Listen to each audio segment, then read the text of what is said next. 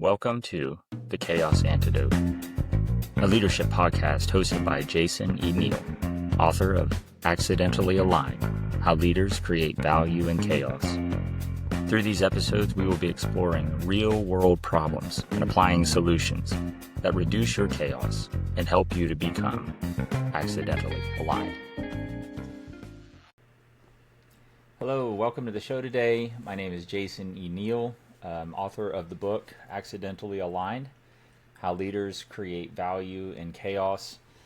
This book is available on Amazon, Kindle, Audible, and pretty much anywhere you can buy books, you'll find it there. So if you haven't picked one up, pick one up today. It's a very nice handbook. I wish I would have had it when I was younger and learning the things that I was learning. But it's really good. Pick it up. Today we're going to be talking about a topic. I've been getting some questions from folks that have been watching the podcast, or listening to the podcast, watching the YouTube videos, and engaging with me online. And career traps. You know, what career traps have you seen? How do I deal with this situation? This is where I'm at, and how do I become promotable? And they ask these types of questions. And as a coach, you never know what questions you're going to get. You don't know where you're going to, where they're going to come from. Is this going to be a lean question? Is this going to be an operational question? Is this going to be a personal question?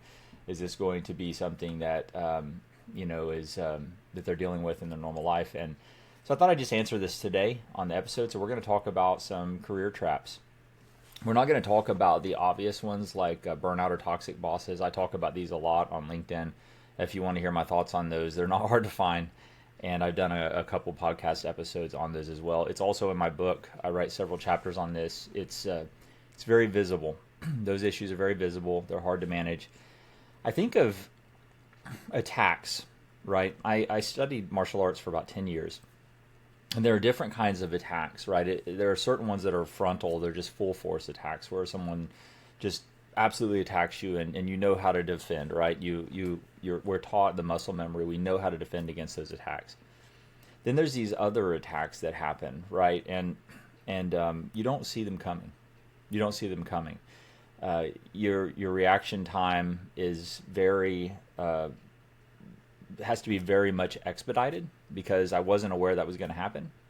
And in addition to that, I'm not even in the right mental state because I really wasn't expecting to be attacked in that way. So it's a very different situation when those kind of attacks are put up on us. So what I would think about today as we go through this is viewing this as an attack, right? So thinking about those two different kinds. And this is a subtle attack. It's not the one that's frontal where it's like, hey, you do a terrible job and you shouldn't even be here and I'm better than you. It's not that. Those are very visible attacks. These are the silent things that might be happening behind the scenes that no one sees coming or is even aware of. So we're going to attack two specific traps today that show up in real organizations. The first is becoming the do-all who never creates a backfill. Second is being known as a leader who creates other leaders, but never as a leader yourself. Now these, ponder on that for a minute, because we have a lot of great leaders out there. And when I was in my MBA, and my MBA is in servant leadership, and my teacher said, you want to become known as a leader that develops leaders. And I agree, you do. That's a great thing to be. And I said, well, can I ask you a question? And he said, sure. And I said, so if I become this person and I'm a leader who develops leaders and people begin to know me as such, isn't there a trap there that can become my branding, right? And he said, Jason, here's what I've found. Anywhere that you take a leader that knows how to create leaders and you set them down in that space, and everywhere you set them, leaders emerge, businesses recognize that. Now, I will give him that after 20 years, that's true. Good businesses do. But I will tell you, a lot of businesses don't. And they just don't see it. They see this goose that lays this golden egg, repeatedly. And I just keep going down and collecting golden eggs. And I don't really care about the goose. Well, the goose wasn't fed today. Or maybe, we kicked the goose because it didn't lay enough golden eggs, right? but it starts to become about the golden eggs in these organizations. So that's what we're going to talk about today. We call this the competence trap, or the indispensability trap. Research backs it up. A mixed method study of technical professionals found that 68% of highly proficient employees stayed in the same role for more than 4 years, despite strong performance ratings. Now, this is not a performance issue. When you may have a performance issue, you may be hearing this and be like, "Oh, that's not really my problem. I have performance issues. I've been rated low multiple times, and well, maybe your gap's different. That's fine." But that's not really what I'm talking about today. I'm talking about these two specific traps. These are people that don't have performance issues. There's something else going on. Only 19% of these people moved into managerial positions in that same period. That's huge. Why? Because organizations tend to hoard this talent because of operational dependence, the golden egg. We can come down there and it's repeatable. This is a reliable factory that produces leaders, that we manage this factory, but it's not a factory. It's a person. It's a person. Psychology Today recently described a similar pattern that they call the praise plateau. Now, what does this mean? Again, we're talking about high performers here that are stuck, right? High performers get consistent recognition for reliability and problem solving, but that very recognition locks them into an execution identity. Promotions, meanwhile, go to the people who the organization views as visionary, strategic, or innovative. The reliable person becomes collateral damage. Why? Because the risk of their absence is too high. Have you ever been told, you're really good at your job, but if we let you go, it's going to create a massive hole. We're going to have to hire 2 people to do the job that you've managed to figure out how to do with 1 person, and we don't have any headcount right now. We can't hire right now, and if we staying at net zero, we might be able to do that, but going to +1, how are we going to justify that when we've already got somebody in that role that can do the job of 2 people? Leaders who have built lasting companies understand the danger of this trap. Michael Bloomberg made it a formal part of performance reviews. He wrote this: "I want the loss of anyone in the company to hurt us, but not fatally, including up to myself. Every job performance review I give my direct reporting managers includes this question: who's your replacement? If you don't have one now, I can't consider you for bigger things. And if you don't have one the next time I ask, you may no longer be a direct report." Now, this focuses on 2 things. It focuses on the leadership, and it focuses on the people. So are leaders having the right conversation? Usually not. Usually not. Especially if those leaders are getting promoted on the work of a high performer, right? Where we have high performers that are stuck in these jobs and they've been branded in this way, you can literally pass senior leaders through this over and over and over and use it as a promotability pipeline for executive and senior leaders. So I can come in, I can ride off of this high performing work, I can exit, my exit will be better than my entry. It's a pretty good thing, and we're going to have sustainable results. We know that we can put leaders there. They can grow because there's a strong, stable platform for them to stand on, and that's the trap. You become that stable platform and not actually the promotable leader yourself. Napoleon is credited with a little bit more blunt version of this. The graveyards are full of indispensable people or indispensable men. I have a lot of history with General Electric, and backing all the way back to when Jack Welch was here. He said, the greatest threat to any business is the lack of a succession plan. Jim Collins, right, who wrote the book Good to Great, which I talk about on here a lot, has said succession planning is not about finding your replacement. It's about building an organization that doesn't depend on you. So as a leader who develops leaders, are you developing exit leaders, or are you developing succession leaders? And if you're developing succession leaders and they're being promoted faster than you, you are in a trap. Because here's what's going to happen. You're building leaders that you're expecting to backfill you while you move, but they're not. They're passing you. And you have become the machine that produces it. That is a very dangerous place to be. Now, you're going to make a lot of money there. You're going to make a lot of money there. But you're always going to be right there. That's going to be your legacy. That's where you're going to be for a long time, if not for the rest of your career. And that's what makes this a trap, right? Not all traps or prisons are places that you go and eat bread and water. Some you can be very, very healthy and wealthy, and that door can be wide open, and we just sit in that cell because it's a really good place to be. It's very comfortable.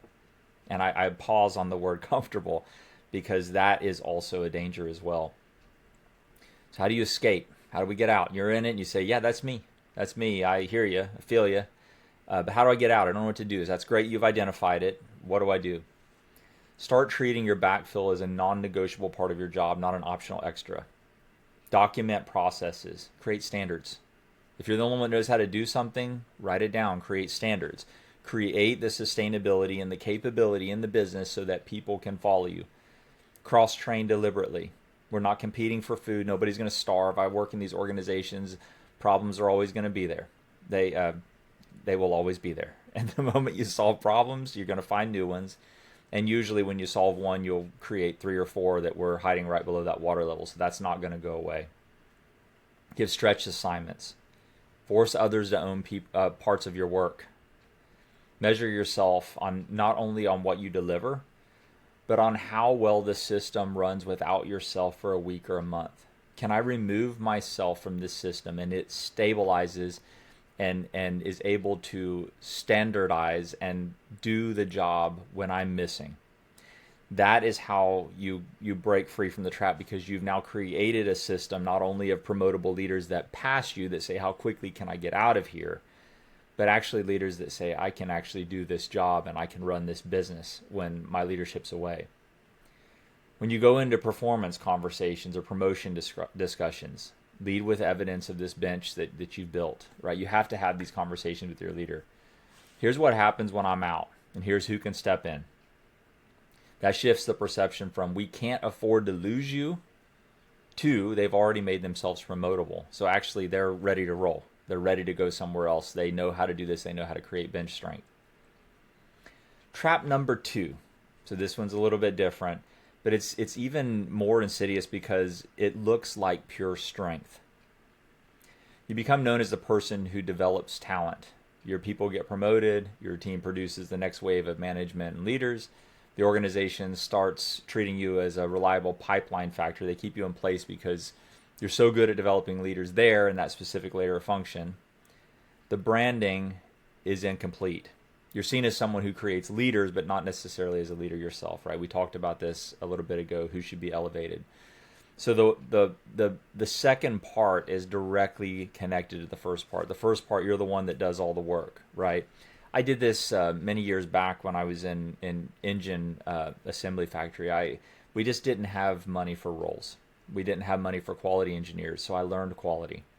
We didn't have money for repair engineers, so I read all the repair procedures and was working, 84 hours a week, 7 days a week, and was learning repair procedures, just teaching myself, because I'm like, we don't have anybody to do it. I need to figure out how to do it.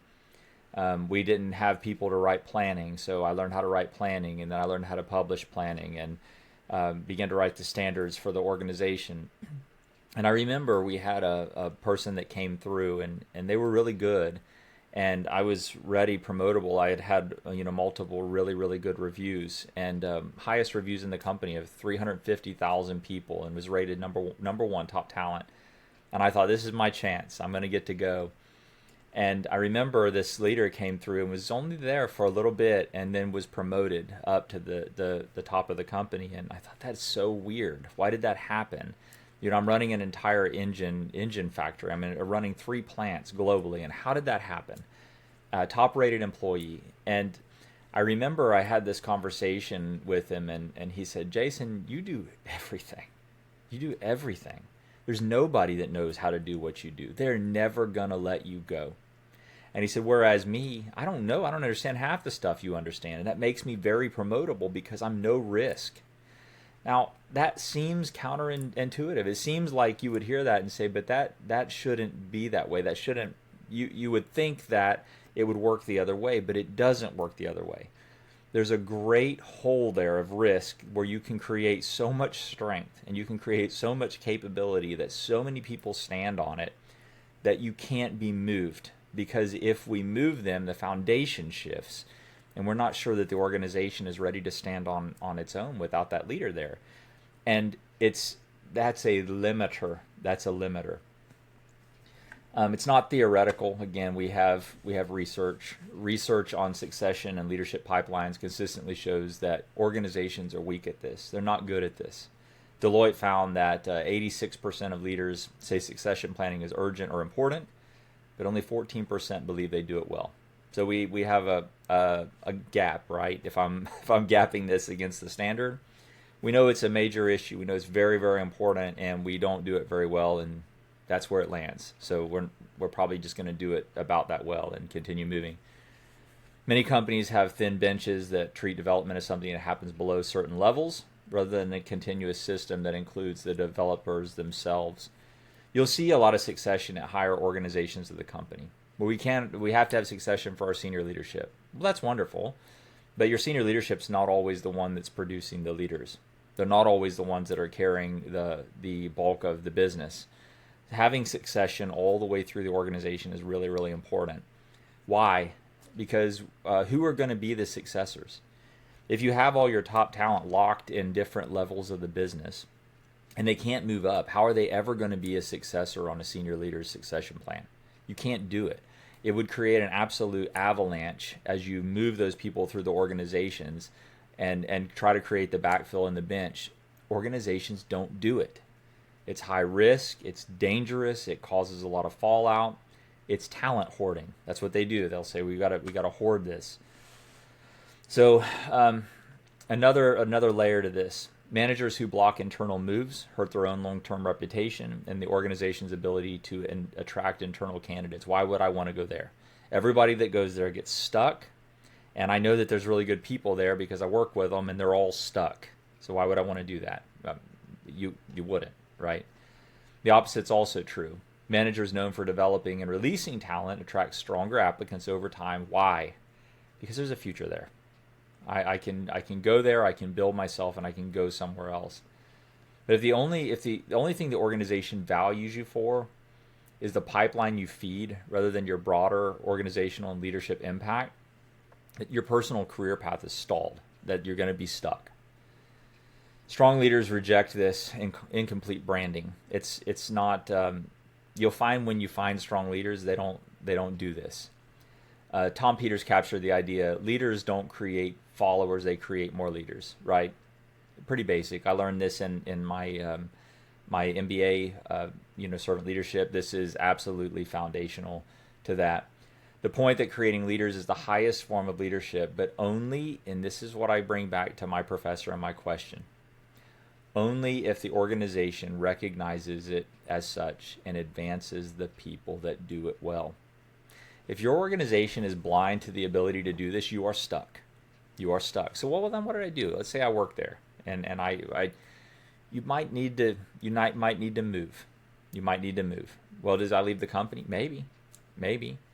Do I leave my organization and go to somewhere else internally? Maybe. But if the blindness is at the top of the organization, moving internally is probably not going to help you unless you just have a really strong leader there. And that happens. I've been there. There's been times I've been in broken, dysfunctional organizations, but there's a good leader, and that leader knows how to stand on their own and develop their talent, and they're bigger than the organization. And yes, certainly that exists. It's rare. When people ask me, what do you want to do for your next role? This is what I usually tell them. I want to go to a place where I'm doing something important. I want to go to a place where there's a strong leader that's going to develop me and grow me and make me promotable. And I want it to be good for myself and my family. And you know what? Most leaders don't know what to do with that. Well, you need a plan. You need to say, I want this role in this many years. No, I don't. I don't want that role. Because I might want that role if there's a good leader there. But I don't care if there's a bad leader there. I don't care if it's the CEO of the company, if it's the chief financial officer, if it's a member of the board. If you have weak leadership there and they're going to push against every single thing that I do all the time, and they're not going to be teachable, and they're not going to try to work with me, and everything's going to be uphill, and they're going to hurt people and damage the organization, I don't want that role, right? If I'm doing something that's unimportant or something that doesn't matter, right? I have so many years of life to live in this world. I don't want to do things that don't matter, right? I'm getting older in my life, and I'm done doing things that aren't important. That's not important to me, right? And things that are good for my family. I work to provide for my family. My family is not the expense that I cash in to go to work, right? It's a balance. And if I can't find balance in my life, if people want to abuse me and they want to treat me bad at work and me bring that home and it damages my family, or I'm never home or I'm never around, and when I am, I can't engage with my family, I don't want that role, right? And when you tell people ideas like that, they can't even fathom it. So many leaders are like, "Well, good luck finding that job," right? I've actually found that job several times. And you know why I find it? Because I look for it. That's what I'm looking for. Well, how do you know what to look for? What we're talking about, this very conversation right now. When you start to look for the right things, are they going to trap me? Are they going to box me in? What's their leadership style? Are they developing me? Are they self-promoting? Right? You're already on your path to finding that position. Because as you answer those questions and you start to get the right answers back, you're probably headed in a very good direction. And this is what I look for. When I go to interviews, people interview me, I interview them. What's your leadership style? How do you interact with me? What do you expect from me in this job? What are you looking for? What do you want to change? What are the problems you're trying to solve? When I have an issue, how are you going to react to it? What do your peers say about you? What do your direct reports say about you? Can I talk to them? Right? And if you're not doing interviews like this, you're going to make some mistakes. You're going to land in some bad places. So I share this with you because these are traps. You always want to be looking for these. If you find yourself in this trap, the signal is usually pretty clear. Here's how you'll know. These are the signals. Your people that you develop will get promoted. You'll keep getting praised. You will. You'll get promotions. You'll get money. You'll get all kinds of things. But the conversation about your next role will always be vague or non-existent. When you have conversations, you'll hear things like, "Well, good luck," or "Yeah, we'll see what we can do about that," or "I don't really know. I mean, maybe tell me more what you want. Maybe I don't fully understand what you want, or maybe when you figure it out, let me know." And it's always vague. It's always vague. So how do you break out? You make your own leadership brand visible. Don't just develop others. Own strategies if you can. Cross-functional initiatives, external representation. If you can, own P&L activities that demonstrate you can operate at the next level. If you can, grow outside of your business. If you're stuck, right? Do this. Do what I'm doing. Create a podcast, create a YouTube channel, engage with people on LinkedIn. Start to expand your network. Become bigger than the place that you are. If they're not recognizing, if they're passing you, grow. But refuse to stay small. When you stay small, you will limit yourself in so many ways. You have to grow. You have to increase. Document and communicate your broader value. Right, I talked about this a little bit earlier. Show how the leaders that you have developed improve business outcomes. Not just that they got promoted. I'm developing people that can develop people and can change businesses.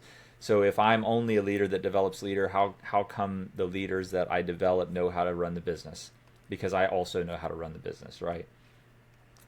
Seek sponsors and visibility beyond your current silo. You're going to have to meet people that you don't know right now. Well, I don't feel comfortable with that. Then you're going to grow. You're going to grow, or you're going to stay stuck. And this is the way my sensei used to say it to me. What's the next thing you can do, and how soon can you do it? Well, maybe I'm not comfortable meeting 10 people. Okay, who's your next? Name them. This is the person I think would be a good sponsor or could get me some visibility outside of this silo. Who are they? Name them. And then that's the next thing you could do. You could try to meet them. They may say no. And then you know what? You're no worse off than you are now because it's already no. And they may say yes. And if they do, then that's a great thing. And then the second question is really important. How soon can I do it? So if I'm not good at meeting people, I'm not good at reaching outside and putting myself out there, you're going to have to set a date because your mind will always discount it. Well, I'll do it tomorrow. I'll do it next week. I'm tired today. I had a busy day today. I'll do it next Friday, and I have the day off. And then when you have the day off, you're like, well, I have the day off. I don't really feel like doing work today. And it will always go down. You're going to have to balance yourself. It's focus and execution. You're going to have to go after those two things. This last one is really, really important. You're going to have to be willing to leave the safe pipeline role if the organization refuses to expand your scope. If this is what you want, and then this is not for you. You're not going to fit here. You're going to have to go somewhere else, and you're going to have to leave safety. Sometimes the only way to reset the brand is a move, internal or external. I already gave you the guidelines on that, right? This is what my sensei said. A lot of times we build safety and we stand on it and we become very comfortable there. But safety is as much a trap as anything else. You have to be willing to step out and become a little bit unsafe if you're going to grow. And sometimes safety is a cage, like I said, and it's a comfortable cage at times. Sometimes it can be very nice. They can make that cage very nice, and to the point where they even leave the door open. And we have multiple opportunities to do something else, but we choose not to, right? And that's, if you do that, that's fine, but that's your choice. You're not a victim in this, right? We're not victims. We have control over the things we have control, but you have to go find it. You're going to have to push on this thing a little bit, right? This is sound coaching. So where am I going with this? Pew data and the broader research on mid-career stalls, competence traps, and weak succession systems all point to the same reality. What is the reality? Lack of advancement opportunity. It's one of the top reasons that people leave, and high performers aren't immune. Don't think that because you're doing a great job, and when I coach people, they do think this. Well, if I work hard, great things will happen for me. Maybe. And if you work really, really hard and you actually blow everything away and nobody's ever done the things you do, you might actually create a cage. It's very possible. And I've been in it, so I'm not talking about things that I don't understand. Measure yourself on the strength of the system that you leave behind. Make sure others see that strength as evidence that you're ready for more. It doesn't matter that you can do it, right? There's two realities. There's reality and the perception of reality. And they're both real. They're both reality. The reality can be I'm ready, and the perception of reality can be you're not. Now, those are both real because people believe both. So when we try to align those. I want the perception of the reality to match with the actual reality, and we have some control over that. That's the shift of being valuable in a place that you can scale, you can grow. So I hope this was helpful for you today as I get these questions and people ask questions, and I see this a lot, and I coach people, and I try to bring this here so that if you're going through this, you can learn something. This will be helpful. I hope this has been helpful today. Look, people ask sometimes, well, how can I connect with you? How can I learn more? I'm on LinkedIn. Feel free to follow me. I follow back. We can connect on there. That'd be wonderful.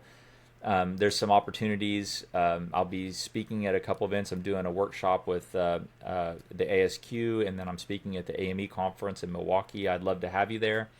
And then my book, of course, you can pick that up in different places. There's the podcast, the Chaos Antidote, and the YouTube channel. So I'm out here doing a lot right now in ways to share information and to engage with people and to try to share the things that I've went through and to reach people where they are. Here's the thing. I'm not making any money off of this. So if this is helpful to you, like and subscribe. Share with other people. Tell them, hey, I heard this the other day and it was helpful. That encourages me. It's a lot of work. I've got multiple jobs that are going right now. This is something that's important to me, is that I reinvest in the future leaders of tomorrow, because why? We want to make tomorrow better than today. So let's make tomorrow better than today. Thank you for joining me. This is Jason E. Neal. Look forward to talking next time. Bye-bye.